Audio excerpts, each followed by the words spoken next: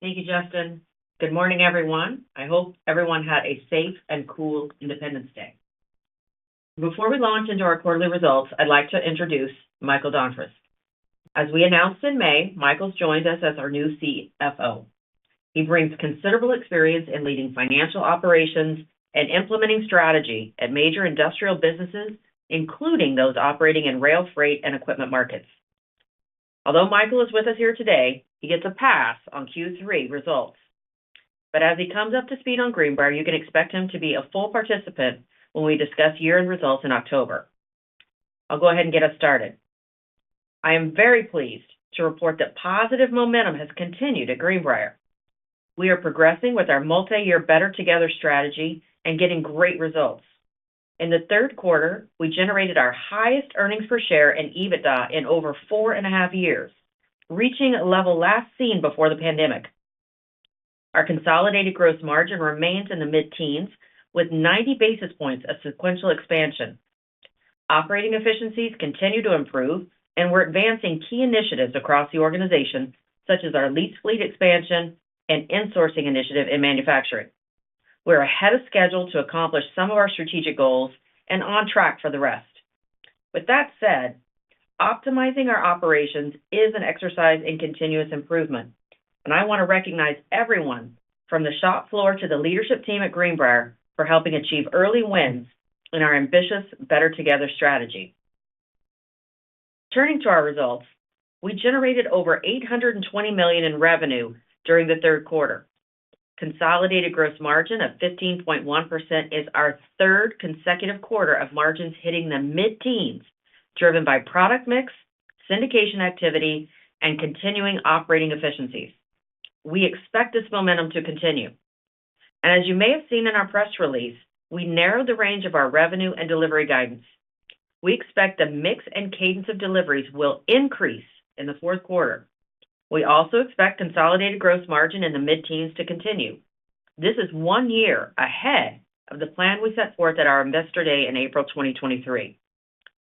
We believe that the efficiencies we've gained are sustainable. Of course, there will always be work to be done. We continue to evaluate our operational activities and are focused on other actions to optimize our business. Order performance continued in Q3 at steady levels, with Greenbrier receiving a diverse mix of orders by car type across our geographies. Our focus on innovation supports our market-leading position. Recently, for example, Greenbrier successfully introduced our ultra-high-strength steel gondola and our new Multi-Max Plus design for moving automobiles by rail that's been well received by the market. Brian's going to share more on that in a minute, but this is meaningful for Greenbrier since freight rail moves nearly 75% of the new cars and light trucks purchased in the U.S. annually. We are proud to be a key supplier to the North American railway system.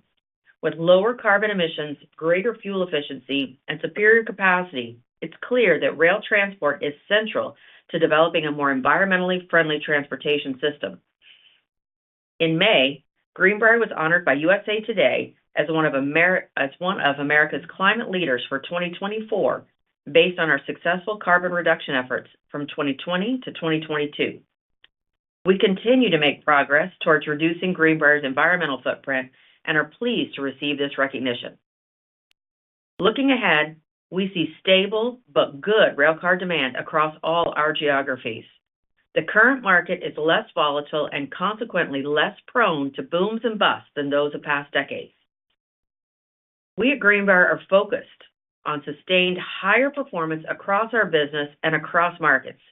Our commercial team, with its strong lease origination capabilities, continues to outperform, giving us excellent near-term visibility into manufacturing and steadily building our stream of repeatable lease revenues and cash flow. We're confident in the long-term strategy and multi-year targets and look forward to sharing our progress on future calls. With that, I'll turn the call over to Brian Comstock, who will chat about our activities for the quarter in greater detail and market conditions. Thanks, Lorie. Greenbrier secured new railcar orders of 6,300 units worth $830 million in the quarter. Diverse demand continues across most railcar types. Backlog is strong at 29,400 units, with an estimated value of $3.7 billion. and provides significant revenue visibility. Our commercial performance reflects our leading market position, strong lease origination capabilities, and direct sales experience. Momentum in our international markets continues with about 25% of the orders originating in Europe and Brazil. Our international backlog remains healthy, and our sales pipeline is strong. Additionally, volumes through our European leasing channel continue to grow, and I'm pleased to report that we delivered our 1,000th leased wagon in Q3. This is quite an achievement since we entered the leasing space just a year ago. Our ability to originate and syndicate leases is vital to the long-term performance of our European manufacturing business, and we see potential for future growth. In Q3, we delivered 5,400 railcars, which is down slightly from the prior quarter. A few production line changeovers impacted production rates, and ongoing border congestion caused about 100 units to be delayed. The delayed units crossed in June, and the changeovers were completed in the quarter, positioning us for a strong Q4 for production and deliveries. Third quarter manufacturing gross margin of 10.9% increased modestly from Q2. Several of the efficiency gains we have made over the last 18 months are being sustained, and we continue to work on others.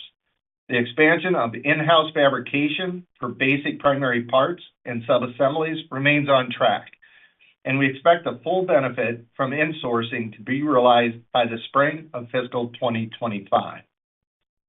Leasing and management services had another good quarter and added 600 units to the lease fleet, while fleet utilization was stable at 99%. We expect to invest approximately $265 million on a net basis in the fleet this year in support of our multi-year goal of doubling recurring revenue. We will continue investing up to $300 million per year on a net basis as long as the additions meet our return criteria. Our fleet growth is disciplined, and we are only investing in the right assets with the right lease terms and counterparties. As the fleet has grown, the quality has improved with extended lease terms, newer railcars, and a good balance of commodities and railcar types. We expect the result will be a large, stable stream of higher margin revenue that reduces the impact of market cyclicality on our results. Lease durations are strategically staggered and create opportunities for favorable renewals. Our lease renewal rates continue to grow at double digits. You may recall that we had nearly 23% of leases in the fleet expiring this year after a portfolio purchase in 2021. We have successfully renewed or remarketed the majority of these leases at more favorable lease rates and only have a few hundred awaiting renewal or remarketing opportunities. We are confident we will finish the year successfully on this front. Debt for the fleet is managed conservatively. Evaluation of our financing strategies is ongoing and part of our prudent approach to growing the leasing business. On average, interest rate is in the mid-4% range, which is significantly lower than current market interest rates. At the end of Q3, our fleet leverage was 77%, in line with the prior quarter and within our targeted fleet leverage framework.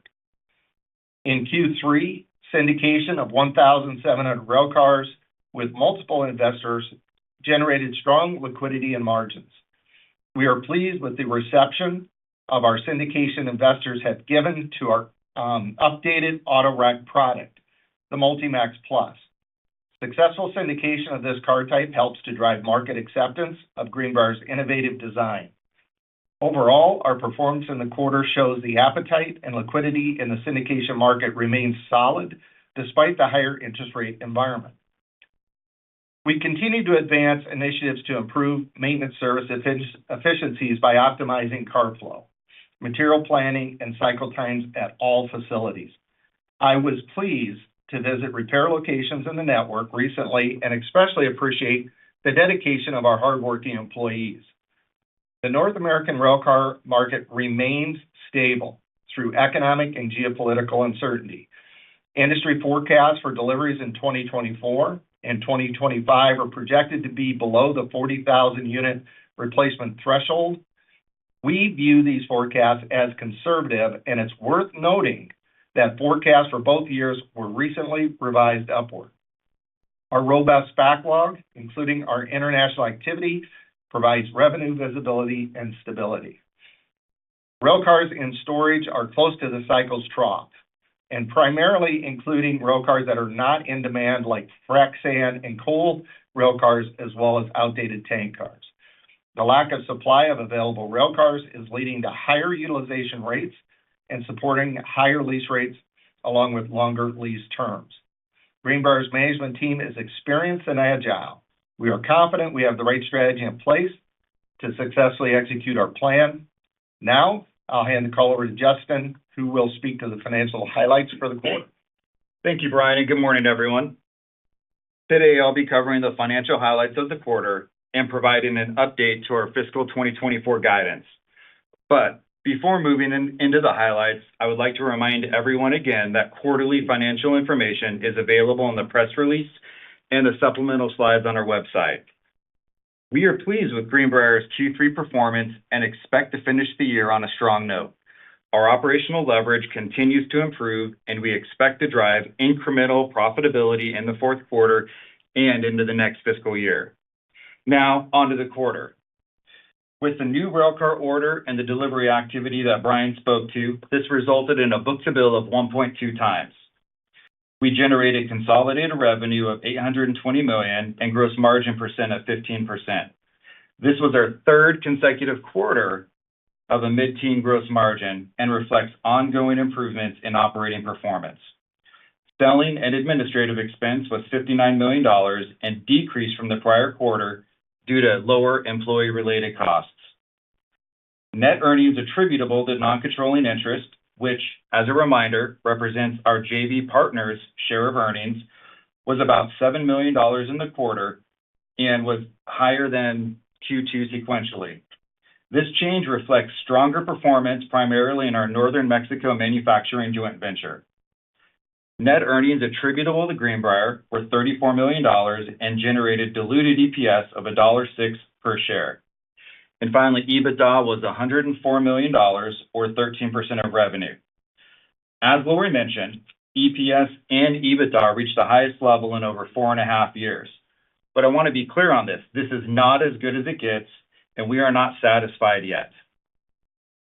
Shifting focus from our income statement to liquidity, Greenbrier generated operating cash flow of $84 million and a year-to-date total of $138 million.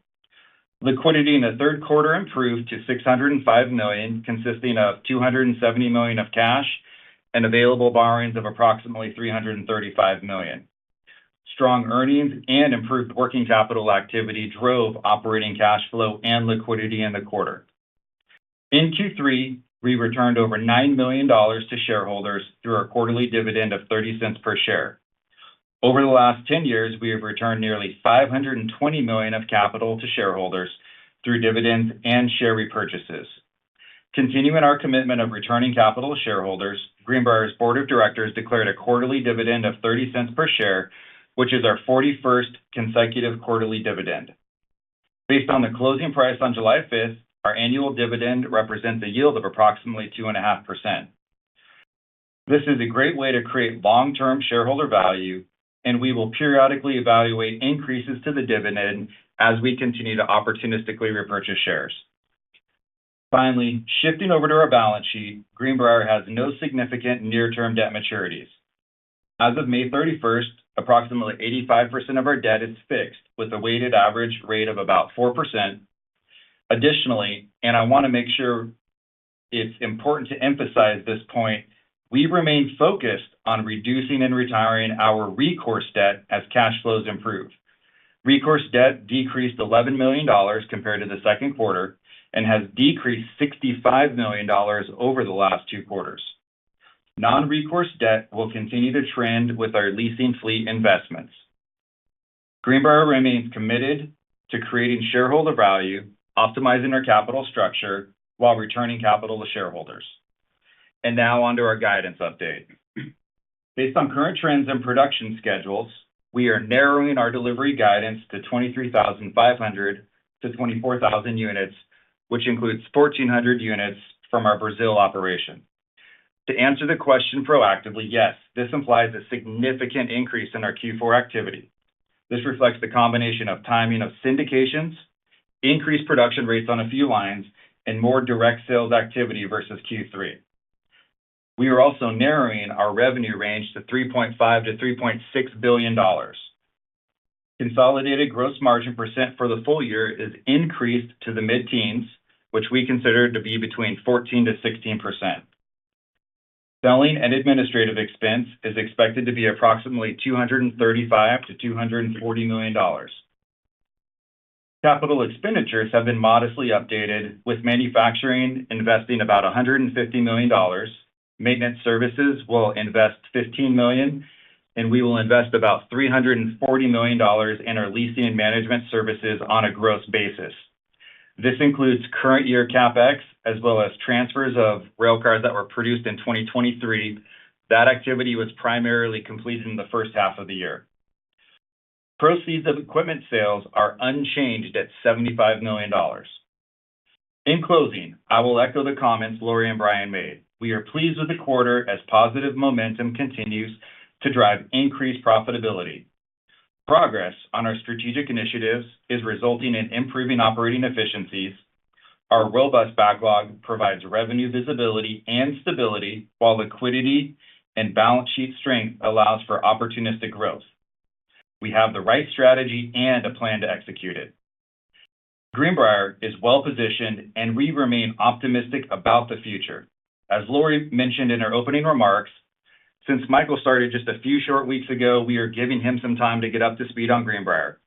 We are excited to have him as part of the Greenbrier family and know he will provide a lot of value to this organization. With that, I'll hand it over to Michael. Thank you, Justin. Since this is my first earnings call with Greenbrier, I thought it'd be nice to say a few words. First and foremost, I'm excited to be here and have been impressed with the team members I've met and how well the company operates. I believe Greenbrier is well-positioned in the industry for continued growth and success, and I'm thrilled to have the opportunity to contribute to the achievement of our strategy, Better Together, and believe our best days are ahead. I look forward to speaking with all of you on future calls. And now, we'll open it up for questions. Ladies and gentlemen, at this time, we'll begin the question and answer session. If you would like to ask a question, please press star and then 1 using a touch-tone telephone.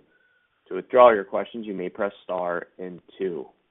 Once again, we do ask that each analyst please limit themselves to 1 question and a single follow-up if needed. Once again, that is star and then 1 to join the question queue. We'll pause momentarily to assemble the roster.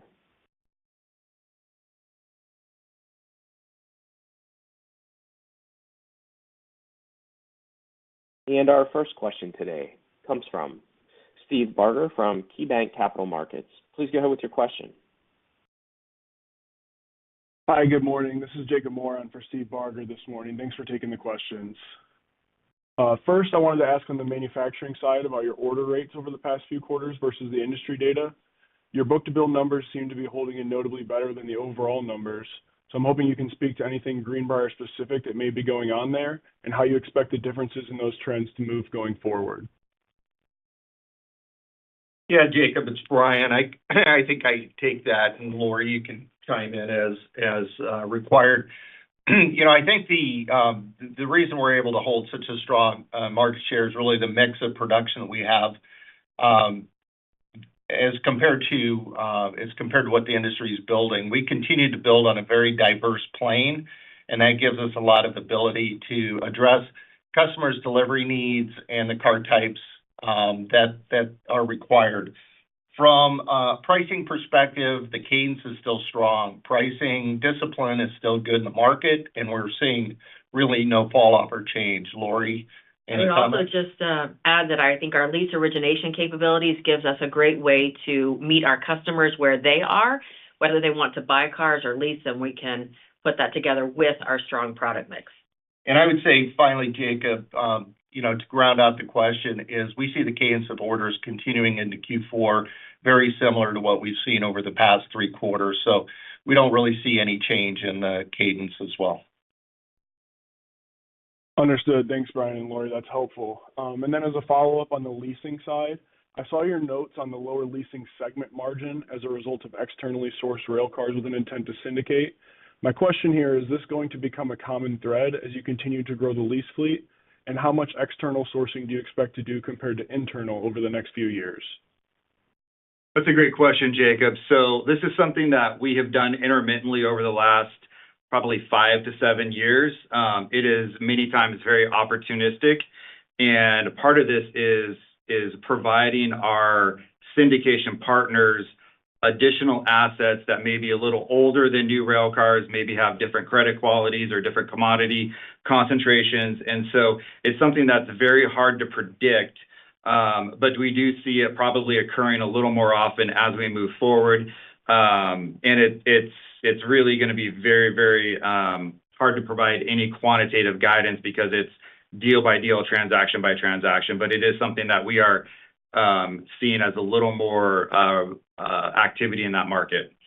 And Jacob, this is Brian. I'll chime in. As we look at secondary market transactions specifically, it really also focuses on number one, the returns. As we said, we're really a high quality, high credit focused organization, and the mix of what is being offered so that we can look at our concentration of our portfolios and how that fits not only internally but externally with our syndication partners. So we probably take a harder, more disciplined look than the market in general for that reason. But keep in mind, we also have the new car production as well that kind of helps us balance all of this out. Got it. Thank you very much. Definitely. Our next question comes from Bascome Majors from Susquehanna. Please go ahead with your question. Yeah, good morning. I was hoping on the order question, if we could revisit that and talk specifically about the North American order flow, how you feel demand has evolved over the last 2 to 3 quarters, and ultimately, whether you think there's enough demand there to support a recent production rate into 2025 in North America. Thank you.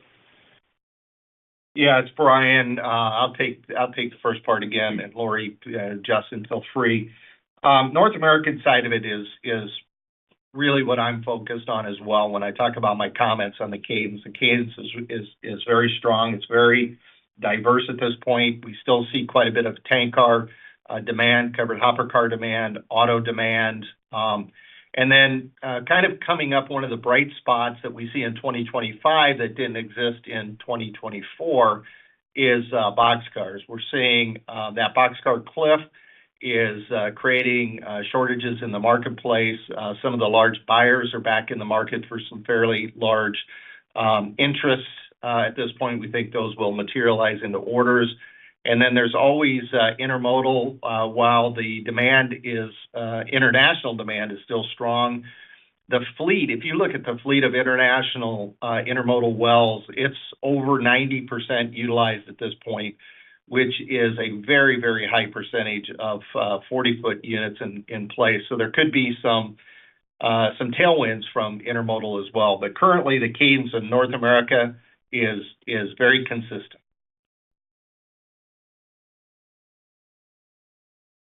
Thank you for that. And if we could shift a little bit to the margin front, I mean, you mentioned in the prepared remarks the piece of your insourcing initiatives really starting to hit in full force next spring. Some of the timing of some of the manufacturing cost savings you talked about the Investor Day a couple of years ago also really were aligned, I believe, in 2025. Can you just walk us through, the mid and long-term cost out initiatives in your manufacturing process, what you expect to hit next year, and any quantification of that you want to remind us of, and finally any offsets that look like they might be bad guys to face off against what feels like a pretty good story on manufacturing margin improvement into next year. Thank you. Yeah, Bascome, I'll take a shot at it, and then Brian and Lorie can chime in as needed. So just to level set, at our Investor Day, we spoke to 2 specific initiatives. One was a capacity rationalization primarily focused initially in North America. That was going to generate about $20 million a year of cost savings, and we accomplished that actually last year. So we, with the sales of a few different facilities, we feel like we've taken out, or we have taken out, about $20 million annually on a run rate basis. And then on the insourcing initiative, we spoke to savings of up to $50 million through the make versus buy and the internal fabrication activity, which, along with some other management activities, was going to generate a run rate of about $50 million of savings. And we believe we are on track for that, with the majority of that, as we said, as we're finishing the internal fabrication. A lot of that will come online in spring of 2025. And the thing the puts and takes really it comes down to is volume of cars and production rates. And so if you think about, we have an assumed kind of product mix that we, predicted based on our backlog and other things when we put this all together about a year and a half ago. And as that shifts, that's going to be the driver of any changes to those savings. At this point, we don't see a significant shift. We do expect to achieve it. And it really is just going to be a matter of kind of the timing and our production rates at the time. Please let us know if that doesn't quite answer the question you were asking, or if there's something else. Well, and I would just say, I think that in addition to broader efficiencies, the insourcing, we're starting to see some of those benefits in the margin, which has provided us the ability to have, third quarter in a row of mid-teens consolidated margin. So it is a factor in that, and we haven't seen all that it will do yet. And thank you both. And maybe to connect with my first question and second, and as a follow-up here, ultimately, Brian talked about a fairly steady demand picture in North America. You talked about, I guess, the risk to margins being more about units and volume than necessarily anything internal, supply chain or pricing related. Do you feel pretty good about a steady production cadence, at least into the first half of next year, or could there be some adjustments based on the last 2 or 3 quarters of orders? Thank you. Yeah, this is Brian. Maybe I'll jump in, and Lorie, please, fill in. But right now we have strong visibility on order cadence through the first 2 quarters into the third quarter, and I would say it's very consistent with what we're seeing today. Absolutely. Thank you all. Thank you, Bascom. Once again, if you would like to ask a question, please press star and then 1. Our next question comes from Ken Hoexter from Bank of America. Please go with your question. Great. So Lorie or Justin, I guess, or Brian, I guess looking at the ramp to the 7,000 plus cars in the next quarter, third quarter production was down slightly, but I think you only mentioned 100 were caught in the line change shift. Can you talk about the impacts into third quarter production and I guess maybe an early read into next year? Are you looking at then same 23, 25? Is that the max production level? Is it scalable from here? I guess trying to understand kind of your thoughts on production. Well, I'll start at the end and then work my way backwards. Yes, Ken, you've been following this industry for so long, you know how scalable we can be. But that's what's nice about having some nice steady demand right now. One of the things that impacted in Q3 was we did have a few changeovers, which those are now complete in our North American facilities. So that would have been one of the impacts.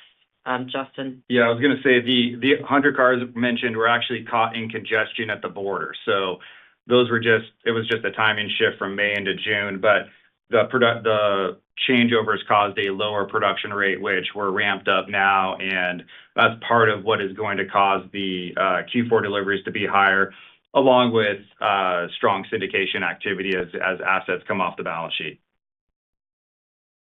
Okay, so to wrap that up, right? So 4Q, you get up to the 7,000 plus because you had some line changeovers. The 100 was only the border. I get that now. And then Lorie, I guess maybe clarify that outlook for next year, just given your backlog. Do you feel like you get above this 23, 24,000, or is that kind of the run rate based on your production capacity? I would say it's not our run rate based on capacity. I think that we've got significant capacity, we are focused on maintaining stable production, consistent with what our customers need. As I look into 2025, and we're not ready to give guidance yet, Justin's really trying to kick me under the table right now. But we think that we see, in the neighborhood of where we are in 2024 is what we expect to see in 2025, depending on, where orders come in for the second half of the year. Perfect. And then for follow-up, I guess, switching subjects to leasing, you've ramped up the revenue. You talked about kind of the ability to keep scaling the revenue side. Maybe you could talk about how we should think about the level of revenues you anticipate and how we should see that develop over the near term. So we actually just expect to, especially on the leasing piece, continue to focus on building the recurring revenue. It's just been a very stable, steady build over the last 18 months. I think it's up about $25 million since April 2023 when we first announced this initiative. And I would say Brian can correct me or obviously disagree, but this is a steady as she goes. We're investing about $50 to $60 to $70 million per quarter of assets into the fleet. That is just continuing to build on top of each other. And then as we're going through our normal renewal process, we do expect to continue to make ground as old leases are repriced to the current market rates. Yeah, I agree, Justin. The complexity in it is because we are very disciplined and we're very focused on the mix and the credit quality. It's not a steady cadence, so it's not as easy. While we may be generating leases during the quarter, we have to then decide which ones are going to go on the balance sheet and which ones are going to be offered to the syndication market.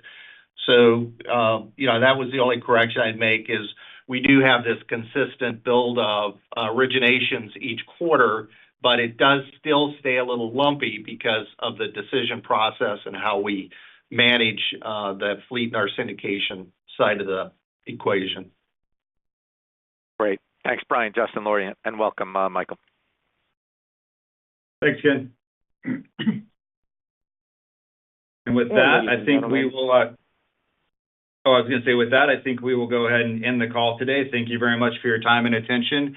If you have any other follow-up questions, please reach out to myself or investorrelations@gbrx.com. Thank you and have a good day.